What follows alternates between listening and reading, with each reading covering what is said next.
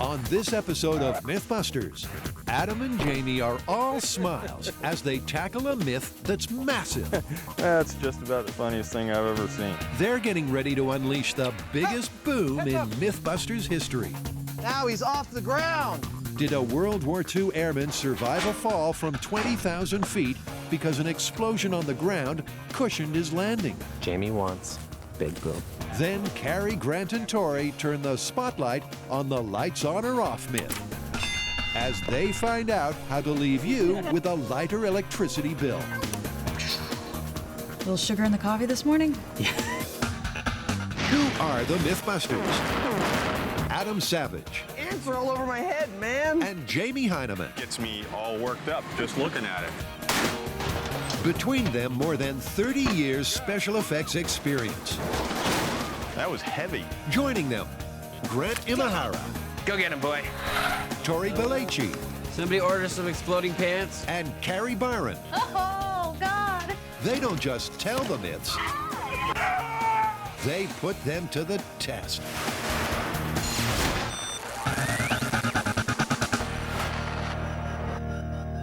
When it comes to explosions, the MythBusters are king. They've turned toilets torpedo. Tried a spot of painting and detonating. And of course, they blew a cement truck to kingdom come. But that's all in the past, because now Adam and Jamie are about to plan the biggest explosion in MythBusters history. There's nothing like starting with a bang. Well, Calaveras County says it's okay. The quarry says it's okay. The police department and the bomb squad says it's okay. Can we blow this thing up? No, we have to tell a whole story first, like always. And this one begins with a fan who wrote us about a story they've read on a calendar hanging in their house. A World War II gunner fell from a plane without a parachute, fell 22,000 feet into the glass roof of a French train station at the very moment a bomb went off in that train station, cushioning his fall and allowed him to survive. It's a tall tale from World War II. Cruising at 22,000 feet, an unfortunate airman fell out of the gun turret of his plane. Without a parachute, the prospect of a soft landing looked awfully hard. But as he neared the ground, a 1,000-pound bomb blew up in a train station beneath him and sent out a shockwave that actually cushioned his fall. It's an explosive story that for Adam and Jamie begins with a trip to an aviation museum. Well, the guy is supposed to have fallen out of a B-17 bomber, and here at the Castle Air Museum, they've got one for us to look at. It seems like a fine place to start. Now, we've got a myth that involves one of these planes. It involves a turret gunner who got shot out of the plane at 22,000 feet without a chute and survived because he hit the roof of a train station at the very moment a bomb was going off in that train station, and the shockwave of the bomb cushioned his fall and allowed him to live. Have you heard that? I have heard instances, or one instance, where a gunner fell into a snowbank, which was about, I think, 19 or 20,000 feet, and came out of it with a broken limb. But I have not heard this story. Although Joe hasn't heard of our myth, there's one part of it that's definitely true. B-17 ball gunners did not wear parachutes, and the reason is obvious. You can see how confining that is. So that's why they don't wear parachutes. Exactly. Dude, that is messed up. Right, and hanging under this aircraft at several thousand feet. Your target practice. Basically. Oh my God. Oh my God, indeed. Without a parachute, the airman in the myth sure would have plummeted. But could a 1,000-pound explosion in a French train station really have saved him? It's time to get a MythBuster. But back at the shop, Adam's already having doubts. I am starting to get worried about this one. 22,000-foot fall is shaping up to be like the biggest myth we have ever done. Yeah, we really, really need to be prepared for this. So we need your guys' help. We want to focus on the large-scale experiment, and we want you guys to do the bench tests for us, the small-scale experiments. Aye, aye, Captain. What you need? Well, I want you to start with car airbags. It seems to me the best potential analog test bed They're easy to get, easy to set off, and they might really be able to demonstrate that an explosion can cause deceleration in something heading towards it. It's going to be fun. So to blast off with this myth, Carrie and Tori are going to find out if a falling lead weight can be slowed down by an explosive charge from a car airbag. I've set up a drop rig. Basically, it's just a quick release and a pull string. And here I have a lead weight with my G-Shock stickers on it that go up to 100 Gs. And I'm going to do a quick test just to see how violent a fall this is going to be. This is how it works. We have a little glass tube inside here, and inside that is another little glass tube filled with a red dye. This is basically calibrated so that once the Shockwatch sticker reaches a certain deceleration, the tube inside will break and turn the outside tube red. So if you get a red mark, then you know that it's reached, 100 Gs, 50 Gs, 75 Gs. That's the theory, but before using any explosives, Carrie must first calibrate the shock watches, and a simple drop test should do just that. 3, 2, 1. Let's see what we got. So it looks like it broke 2 of them. Only 2? Yeah. Wow. So it's between 75 and 100 Gs. So without the bang, both the 50 and 75 G watches triggered. That means that now the question is, will an airbag explosive decelerate the ball so much that these shock stickers stay intact? So now that I've got my ball all redressed with new Shockwatch stickers, the next step is to drop the lead weight directly onto just the pyrotechnic, no enclosure. We want to see what kind of deceleration you can get from just the blast. To find out, Tori first removes the airbag bag from the pyrotechnic charge. Hey, there's a penny in here. What? I guess they put that in there for good luck. And once that's done, our dynamic duo put it inside a miniature house to represent the train station of the myth. We've taken the pyrotechnic out of the airbag rig. We've placed it inside of this little Benjamin Franklin house, and hopefully Tori's timing will be impeccable. He will set off the pyrotechnic at the exact same time that we pull the string, and everything will work out beautifully, and the whole myth will be proof of concept right here. You know there'll be trouble when it all sounds so easy. How are we gonna time this? I'm just gonna watch the ball fall, and at the point where I think I should ignite the airbag, that's when I'm gonna do it. I mean, for this to even remotely work, it's all about the timing, so that's why I'm doing it by eye. It's very crucial that I do it by eye. With a plan as concrete as that, what could possibly go wrong? Ready?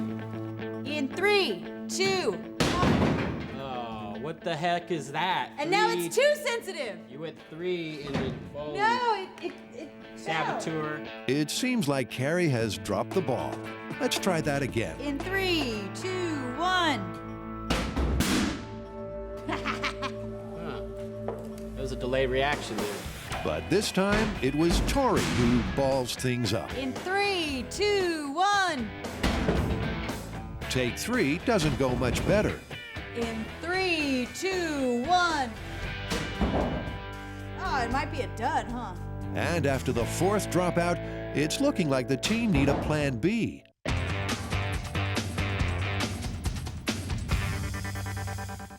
In 22,000-foot fall, the MythBusters are testing whether a turret gunner who plummeted from his plane without a parachute was really saved by a massive explosion on the ground that cushioned his fall. To put this to the test, Carrie and Tori have been trying to see if a small explosive can decelerate a falling lead ball. But it's not exactly gone to plan. And in the meantime, Adam and Jamie need to get on with the big-scale plans. Well, the small-scale experiment is underway. Next, we have to tackle the big scale. Yeah, we've got a lot ahead of us. We've got to do the train station, the bomb. We've got to replicate our airman and his 22,000-foot fall. Where do you want to start? There's such a shopping list for this myth that the boys don't know where to begin. They need a plane to bail out of, an airman to plummet without a parachute, a train station for him to fall into, and a huge bomb to blow up. Let's start with the station. Our airman fell into a French train station with a glass roof. And those aren't that common in California, so we have to build our own. The goal is to use a bunch of steel and 2 foot by 2 foot panes of glass, and I've designed something that's got some arches. It feels kind of like the right thing, and it should give us a good idea of whether the explosion or the glass or maybe even the steel structure actually broke his fall. Adam may have designed it, but it's Jamie and Jess that get to build it. And with welding skills like this, it's not long before the station frame begins to look très magnifique. Those things seem about right, so I think we're good to lock it down. Which gives Adam an excuse to move on to myth shopping list number 2, the bomb. The original bomb that the myth involves is a 1,000-pound bomb whose casing weighs on the order of several hundred pounds. That's just the casing alone without the explosives. So we wanted a metal casing that was as heavy as possible, and this actually fits the bill perfectly for us. This started out as the Sharammer for the Shark Special. Then morphed into the XMB for exploding hair cream. Dude, that was a hell of a result. Wow. Became the Steam Cannon. Yeah! And now its final task will be as a bomb casing for us for 22,000-foot fall. This steel tube has had a series of cameo appearances on MythBusters, but not for much longer. As Adam converts it into a casing for a 1,000-pound bomb, its days are numbered. So we'll need 6 pieces of that. With the casing and the train station running on time, now the boys just need a B-17 bomber and an airman. But that's not going to be so easy. So, in terms of dropping our airmen, we can't drop them from 22,000 feet because, well, number one, we can't get any aircraft to fly over an explosion no matter how high they are, and we can't aim from that height and make them hit such a tiny target. Well, why don't we use balloons? I mean, we've lifted you with a balloon before. Perfect. I'll tell you what, all we need is to get him up to 120 miles an hour. That's a human's terminal velocity. We know that from umpteen myths we've done about people falling. So I'll figure out exactly how high he has to fall from in order to reach 120 miles per hour. And we'll just fly the balloons that high.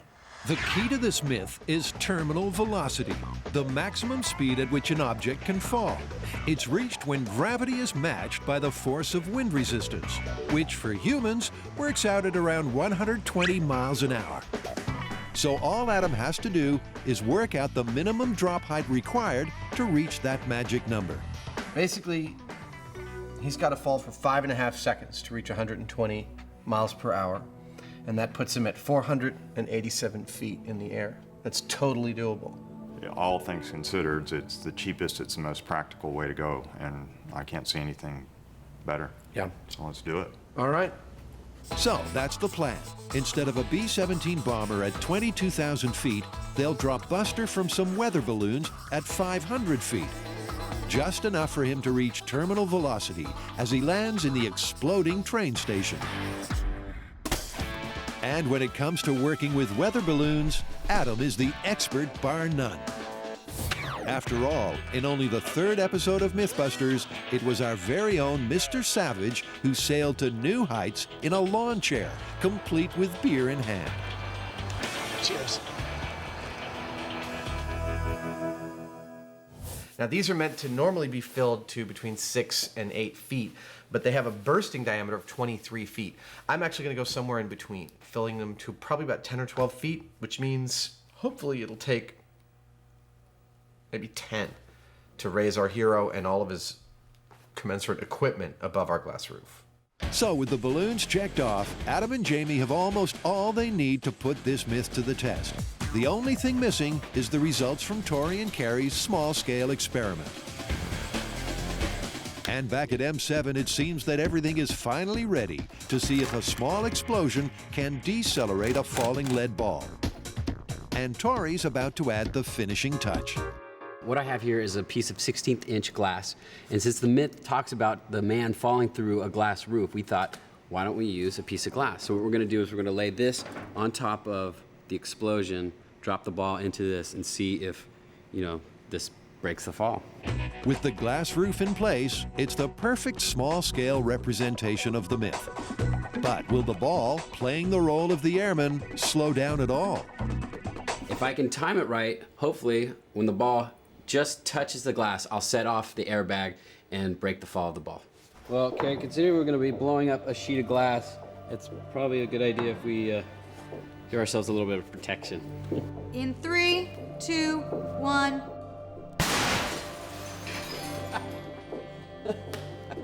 Some destruction. Did the bomb go off? Yeah, that was a good one. At last, the airbag explosive detonated, and with perfect timing. Mere moments before the ball touches the glass, the explosion was triggered, spraying glass shards far and wide. Adding the glass actually seemed to do more harm than it did good because it seemed to rip all the shock watches off the ball. So explosion and glass, that doesn't seem to be a good combination right now. With the shock watches torn off, it's impossible to tell whether the ball slowed down. So to find out, they're going to drop the ball again onto another pane of glass. But this time, there'll be no explosion. Then, by comparing both high speeds, they should be able to see whether the ball falls at the same rate on each test. Next, what we're going to do, we're going to drop the ball again into the glass, no explosion this time, and just see how that decelerates the ball. In 3, 2, 1. Cool. Oh, looks like the sticker stayed. There's more glass shards than an accident at a chandelier factory. But what happened to the ball's speed? Well, side by side, it's clear that the explosion did very little. The balls fall virtually the same in each test, and that's got Carrie ready to make some early conclusions. At this point, based on what we've seen and done, the myth of the gunner falling 22,000 feet, landing on top of a glass-roofed train station at the exact same moment that a bomb goes off during World War II, I can pretty much, for myself, definitively say it's busted. If I was going to fall on a glass roof, I would not want a bomb going off underneath it. We are still gonna have to take this to the full scale. Why? Because it's going to be frickin' cool. Well, Carrie, we're at a point with the large-scale build that we could use the information that you've gotten from your small-scale testing. What do you got? You know, it's still a little dubious, because you gotta think about the fact that the shock wave, it's going at you at 25,000 feet per second. You're falling at 176 feet per second, and when you hit, you know, it's not exactly an equal and opposite reaction, so what do you think? Also, you gotta consider that there's glass shrapnel flying everywhere. You know, look, I think these guys did a great job. We know that the devil is always in the details and the scaling. I'm starting to believe from the research we got that this guy did survive. It's a true story. We just don't know how, and there may be something that we're missing in the small-scale experiments that'll pick up when we do this full size. We have to continue doing this full size. Sure. I wish you all the luck in the world with this one. Carrie, Tori, and Grant are about to test a household myth with the flick of a switch. Do you really save on energy and your electricity bill if you leave your lights on permanently, rather than turn them on and off throughout the day? Now, this is a myth that can divide a household. Let's take our little family, for instance. Has anybody noticed that Jamie follows you around the shop, flipping off lights after you leave just to save energy? It's really, really annoying. So the idea here, I guess, is will you save on energy and bills if you leave the lights continually on rather than flipping them off every time you leave the room? Yeah, actually, some people believe that the startup energy usage is so high, it's better to leave the lights on all the time. Finally, everything was ready for the turning of the main switch on the control board. Ever since the invention of the first electric light bulb in the 1800s, people have continually proposed that to save money, you should actually leave your lights on, even if you don't need them. Decades down the line, and it's time for the MythBusters to find the truth. All right, so how are we going to test this one? I think we should measure the amount of energy consumed when you turn the light on, start up, and compare that to the amount of energy consumed over a period of time. So I call that steady state. Yeah, that's cool. That way we can figure out if Jamie's actually saving any money flipping on and off the lights. Yeah. So the team will finally shed some light on a myth that's been around since the end of the Dark Age. But first, they need to do some shopping, which will highlight another question. How many MythBusters does it take to buy a light bulb? My name's Mark. Carrie. Hi, Carrie. Grant? Hi, Grant. How you doing, Tori? Hi, Tori. Okay, Mark, so the myth is, is it better to leave your lights on or turn them off in order to save energy, increase the lifespan of your light bulbs, that sort of thing? The optimum energy efficiency is simply turning your lights off. Well, you heard it from the professional. Myth busted. I think we're done. This is the shortest myth ever, right? Hey, thanks, Mark. Yeah, this is Mark may think this myth is all hot air, but the team hasn't come this far to give up without a fight. Heavily laden with a selection of the most common household light bulbs, it's back to base to turn the spotlight on this myth. Well, first up, we're going to wire up a set of lights of several different varieties and measure their power consumption. And we're interested in 3 periods. First, power consumption during startup. Second, during maintenance, while it's sort of on. And then finally, during shutdown. That's the plan. The only problem is that electronics whiz kid Grant may be losing his spark for electronics. Well, apparently there is a rumor going around that I'm getting a little tired of doing all these electronic stories. So perhaps it's time for me to pass on my knowledge to an apprentice, someone who could, just step into that role whenever we need that. And I think Carrie is showing some interest in that. Carrie's as keen as a bean to become Grant's apprentice. And first up, it's wiring 101. The hot wire is 120 volts above ground. The hot wire is the one that'll kill you, so don't touch the hot wire. These will explode, these will melt, this will kill you. This is great. You had no Great. idea how is- dangerous my world was. With Carrie wired about the danger, she helps carefully rig up all the lights the team bought earlier, including Grant's favorite. That is wacky. If anything was going to rekindle his interest in electronics, it's this.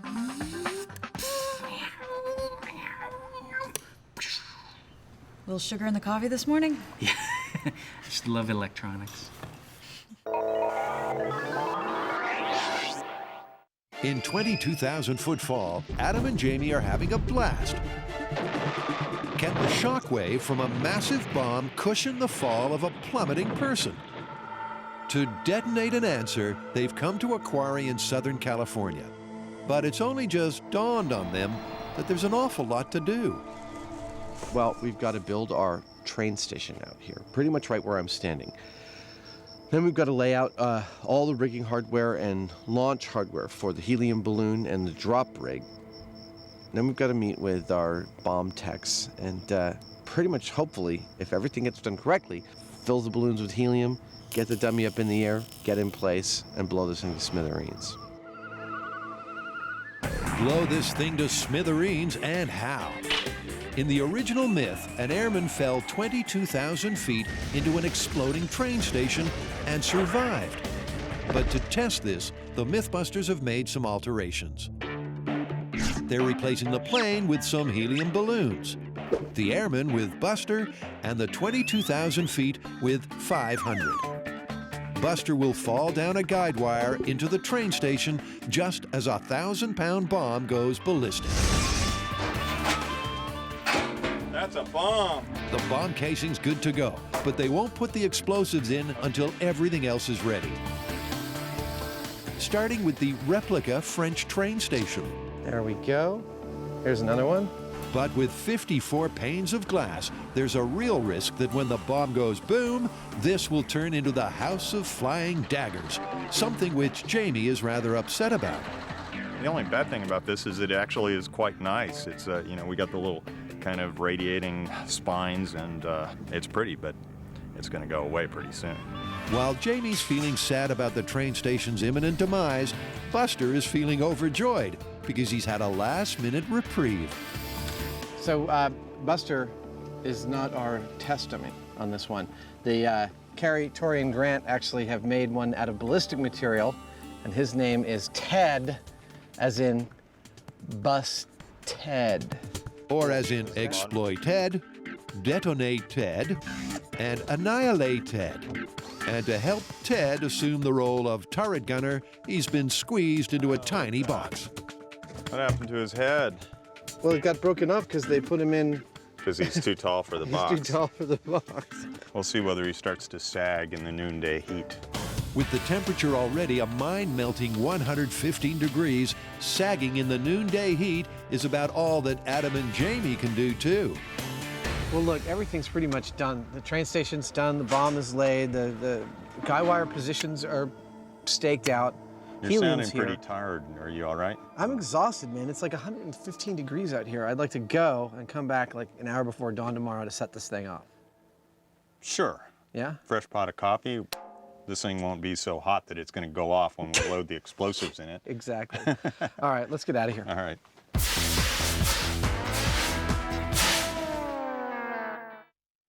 Carrie, Grant, and Tori are turning the spotlight on a myth that's divided households for decades. To save money, is it really better to leave your lights on and never turn them off? The theory is that the energy required on startup is so great that it's better to turn your lights on once and then leave them on forever. To find out if this is true, the team has made a circuit that contains the most common household light bulbs. And now it's time to get some data. So now we're getting down to the very serious part of the story. This is the part of the story we're actually going to measure how much power each of these light bulbs is going to draw. First during the startup, and then during the running time, and of course during the shutdown. And to determine the power consumption, electronics guru Grant has the perfect gadget. So in order to measure how much power each of these lamps is consuming, we have this, which is called a kilowatt. And basically it's available at any hardware store. And what you do is plug in your appliance, or in our case, a lamp, into this, and it will measure over a time period how much electricity you're using. So, using Grant's kilowatt, the first step in this myth is to work out how much energy each of the bulbs uses when left on for an hour. Oh, yeah. And to help the team remember that time's up, Grant's even rigged an alarm. Okay, 60 minutes on the clock. This is going to count up to that. As soon as that happens, bell's going to ring, and we'll know to come running, take down the measurement, and reset it for the next one. And first up is one of the most common lights of all, the compact fluorescent bulb. And an hour later,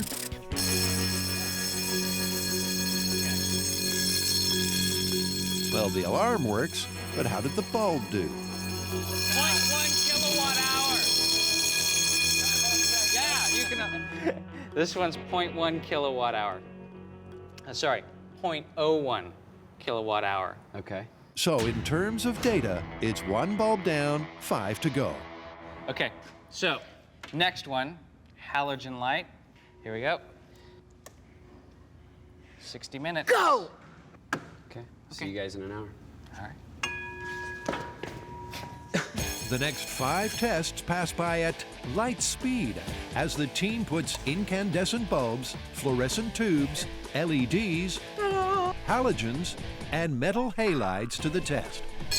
And after an enlightening afternoon, they have all the data they could ever need. So, great. Over the course of an hour, all 6 bulbs were surprisingly efficient. So if the startup energy surge is as high as the myth says, then it may well be better to leave your lights on permanently. But before testing that, Grant has a burning childhood ambition that he wants to fulfill. And he's very excited. Here at the Livermore Fire Department, they have a light bulb that's been burning for 105 years. I really want to see this. Oh, you could be really excited about seeing a light bulb. It is. I can't even get a light bulb to burn for 105 days. Hey, guys. Hey, guys. Hey, good morning. How are you? Good. I'm Grant. Hi, Grant. I'm Chief Jeff Solfarelli. Welcome to the LPFD. Hi, nice to meet you. Carrie. Carrie, how do you do? We hear you have a light bulb that's been burning for 105 years. Actually, it's now up to 106 years. That's correct. Your information is good. Is that the light right there? That is our light. There she hangs as she is. Ah, cool. The light has a webcam and it has a gadget. The light has a webcam. So Yes, it does. That's how you know that it never goes off. It's got its own dedicated camera. And that's how she's been for about the last 105, 106 years. Cool. Yeah, It's amazing.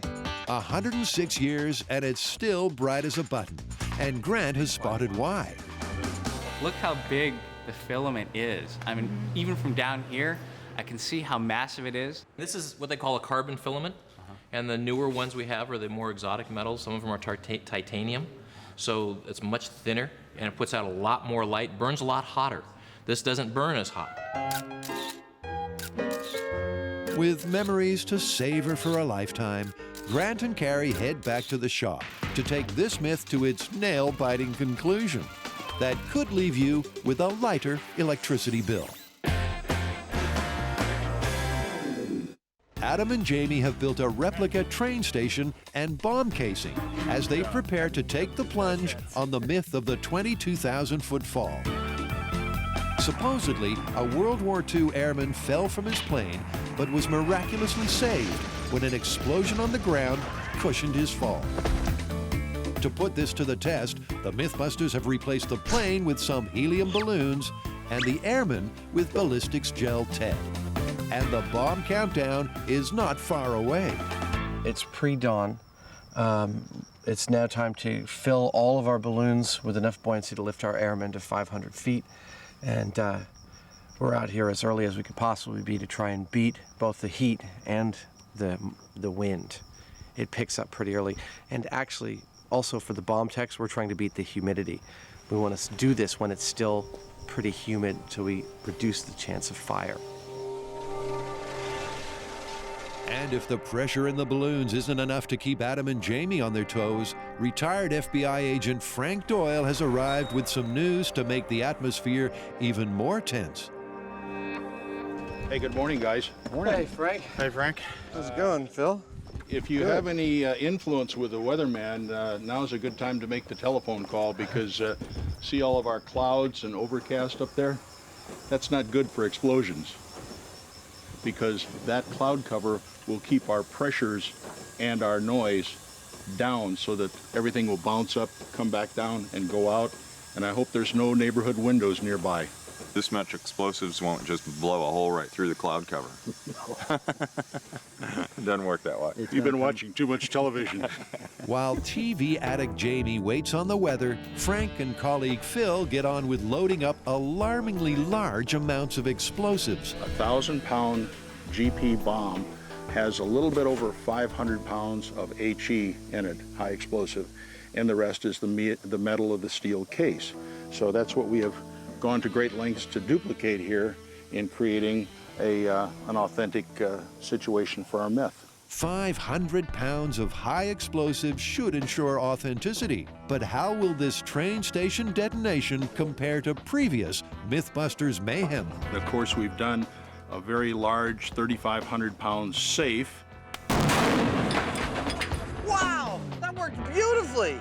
Now with the cement truck, we used a different kind of explosive. It had a slower detonating velocity as compared to this explosive. This explosive is about 3 times faster. If the train station torpedo is faster than this, then what can we expect? I think this is going to be the biggest one. So, stand by for the biggest explosion in MythBusters history. And with the balloons all inflated, it's time for Airman Ted to rise to the occasion. So, Ted, you ready?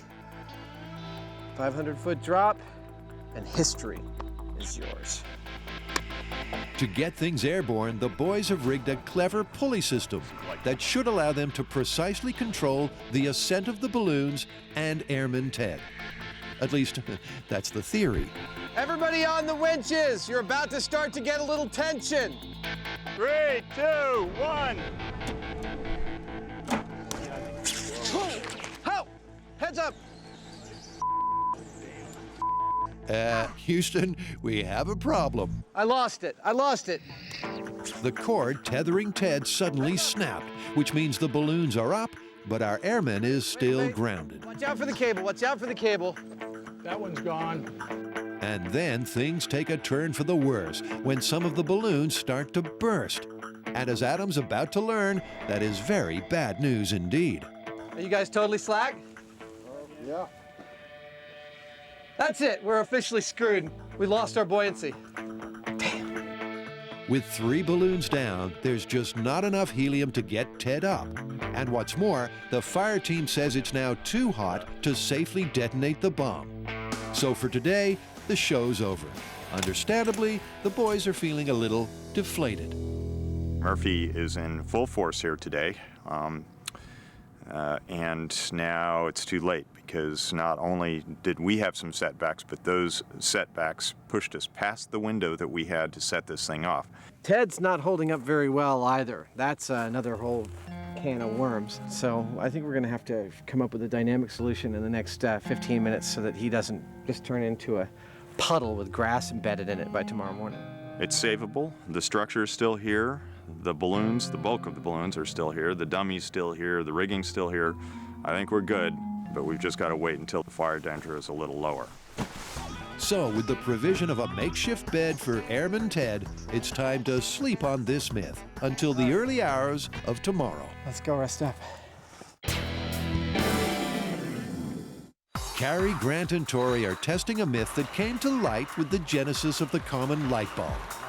Do you save on energy and money by leaving your lights on to avoid the power surge that flicking the switch generates? Well, Carrie, at least, is not convinced. Well, I always switch off the lights because it just seems pretty intuitive to me that you turn off the lights, you're gonna save energy and save your light bulb. Other members of my household, they have much more important things to think about. To answer this important question once and for all, the team are halfway through their experiment. They found out how much energy 6 types of light bulb use when they're on, and now they need to see how this compares to the energy surge that happens on startup. And for this test, Grant unveils gadget number 2. This is an inductive current loop, and what you do is pass your wire through here, and as the current flows through here, it actually induces a voltage. This line is going to go to a computer-based digital sampling oscilloscope. So in that millisecond range, that really quick turn on, I'll be able to capture that and measure exactly how much current is going through that wire. With Grant's electrical mastermind firing on all cylinders, Carrie once again turns apprentice. Soon you'll be able to do this blindfolded. Open your mind to your feelings. Feel the wire. I have no idea what that's from. When the test finally gets underway, it doesn't take long for a pattern to start to emerge. So the interesting thing, after a couple different trials, we've caught there's always a big spike on startup as the filament warms up, which is to be expected, but it's not very long, and actually it gets to steady state very quickly. But I think we're probably going to have to hold our judgment till we see some of the other ones. So it's coming to light that the energy surge used on startup is not very big at all. And that means that only a few calculations stand between Grant and a bright conclusion of the lights on or off myth. So, crunch the numbers, and here's what I got for the incandescent. Total power used during startup is 21,522 watt seconds. Total power for 1 second is 59,519 watt seconds. And that makes our break-even time 0.36 seconds. Okay, so from that, I guess that means I'm leaving the room to go make a cup of coffee. It's only worth it for me, economically, to keep the light on if I come back in 1/3 of a second. Yeah, that's pretty quick. That'd be a really quick brew coffee. Okay, so in this instance, I am turning the lights off when I leave the room. Yes. A quick brew indeed. For the incandescent bulb, the startup surge is so small that you will always save money if you turn it off when it's not needed. Stand by for the next. Grant keeps plugging away and soon has the results for the other 5 bulbs, and they all conform to this pattern. Okay, I got the compact fluorescent figures. 0.015 seconds. Faster than you can blink your eye. Halogen, 0.51 seconds. Okay, fluorescent tube. 23.3 seconds. So the common fluorescent tube draws more energy on startup than any of the other bulbs. But it's still only equivalent to 23 seconds of continuous use. As far as a residential situation goes, that is the most likely one for you to have. Still, 23 seconds? I don't think so.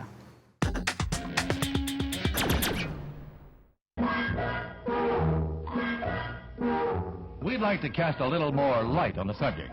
After much research, we've been unable to find another man like our hero, who is the chef's delight. He won't blow a fuse no matter what you set before him.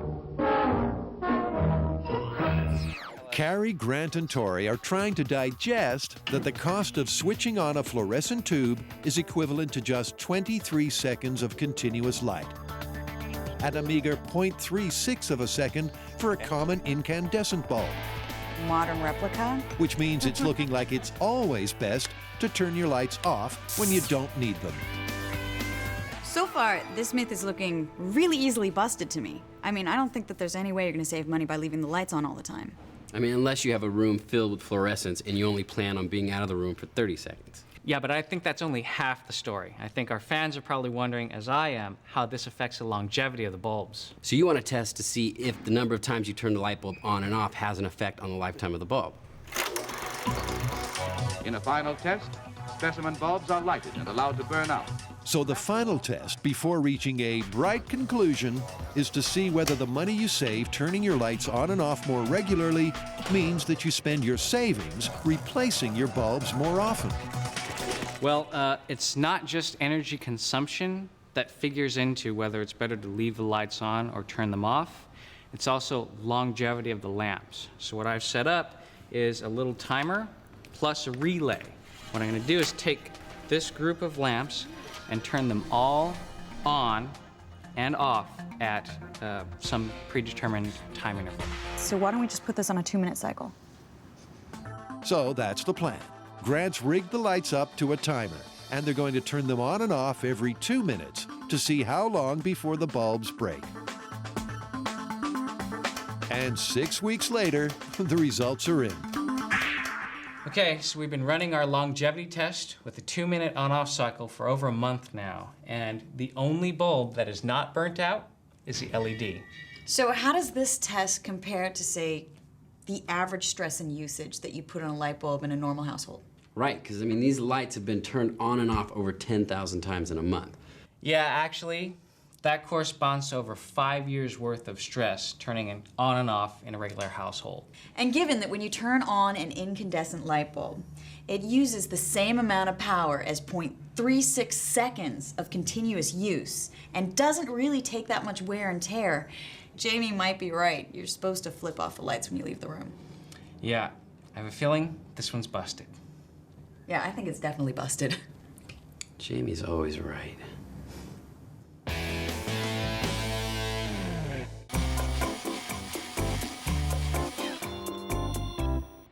While it's lights off on that myth, Adam and Jamie are doing their best to switch on in the dark. They're inflating helium balloons pre-dawn so that they have enough time to get the myth of the 22,000-foot fall in the air. And starting at 4 a.m., it's times like these when Adam reflects on the harder aspects of his job.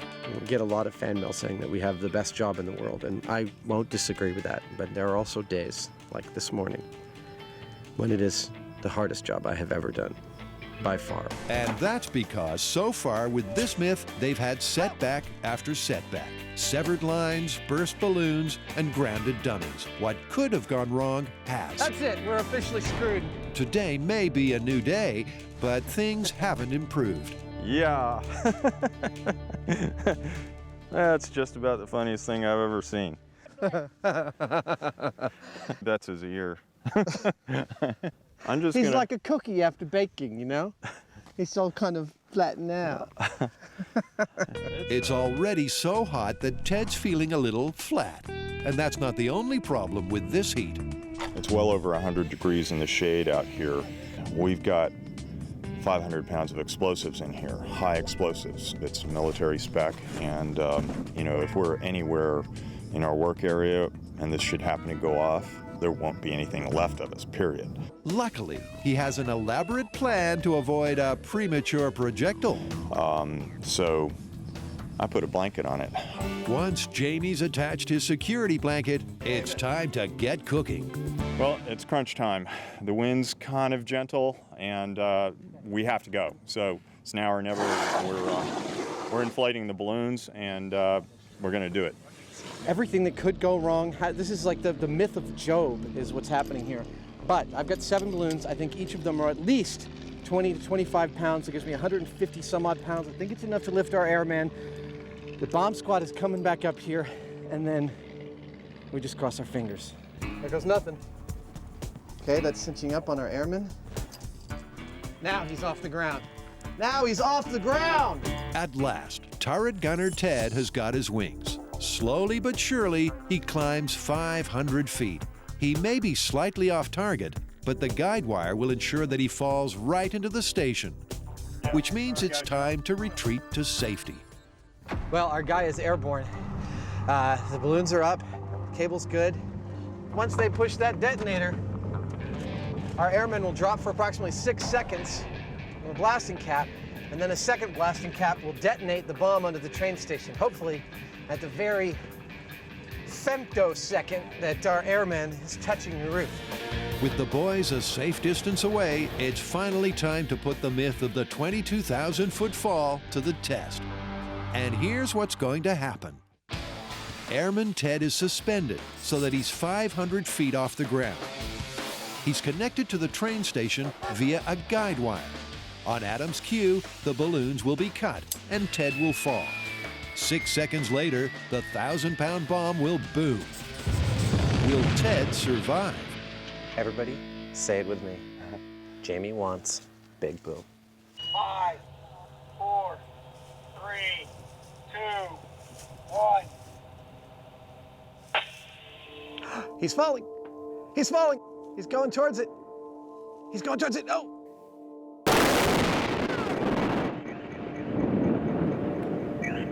Wow, here comes the shockwave. The booms created a mushroom cloud of frightening proportions, and it's also set the surrounding hills on fire. Oh, look at that! Fortunately, the county fire department are quick to respond. And there's This day's just getting better and better. Come to ground zero, it's awesome.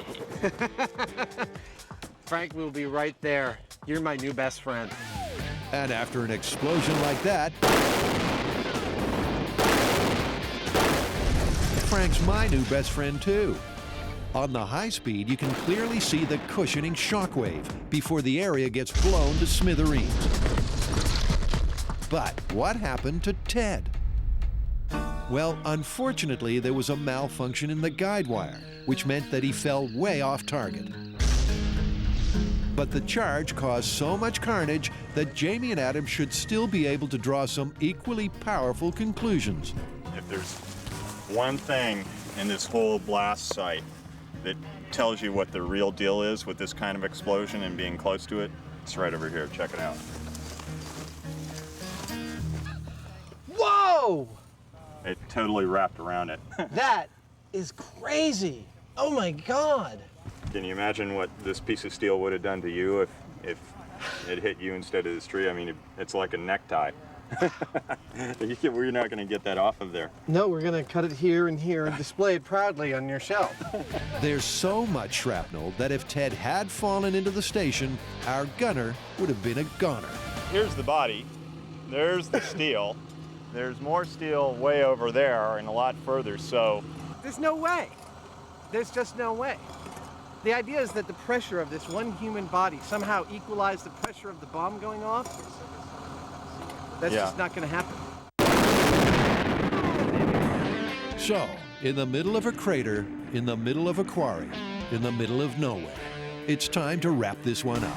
So what are we going to call this one? I mean, look, factually, we know that in World War II, there was an airman who fell 22,000 feet from his bomber and survived without a parachute. That is historically accurate. Yeah, but the idea that a bomb going off would provide such an upwelling of air that it would decelerate him and gently lower him to the ground is bunk. It's just not. I don't think it's possible. What do you think, Frank? Give me a break. It didn't happen. So busted. Busted. Busted. Let's get out of here. All right.